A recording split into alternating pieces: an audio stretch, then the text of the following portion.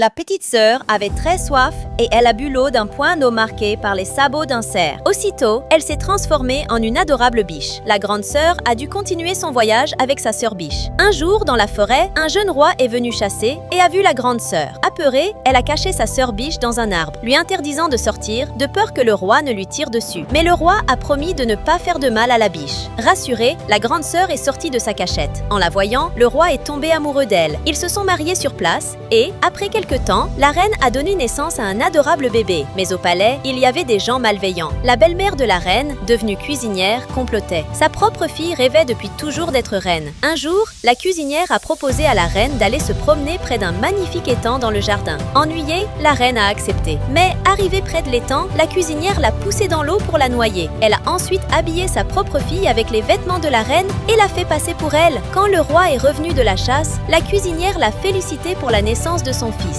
Le roi, heureux, a embrassé son bébé, puis a voulu embrasser la reine. Mais en voyant le visage de la fausse reine, il a été terrifié. La cuisinière a vite dit que c'était l'effet de l'accouchement et que tout redeviendrait normal. Le roi voulait passer du temps avec sa femme, mais le visage de la fausse reine le rebutait. Chaque nuit, l'âme de la vraie reine revenait et demandait des nouvelles de son bébé à sa sœur biche. La cuisinière a surpris cette conversation. Le lendemain, sa fille a prétendu être malade. Quand le roi a demandé comment la guérir, la cuisinière a dit qu'il fallait lui donner le cœur et le foie d'une biche. À contre-cœur, le roi a accepté. Alors que la cuisinière s'apprêtait à tuer la biche, celle-ci s'est échappée et a couru jusqu'à l'étang, appelant sa sœur de toutes ses forces. En entendant la voix de la biche, l'âme de la vraie reine est sortie de la bouche d'un poisson et a caressé sa sœur. Pendant ce temps, le roi, caché derrière un arbre, observait tout. Il a compris la vérité. Il s'est approché doucement et a touché la reine, qui est revenue à la vie. Abonne-toi et aime donc la vidéo pour la suite.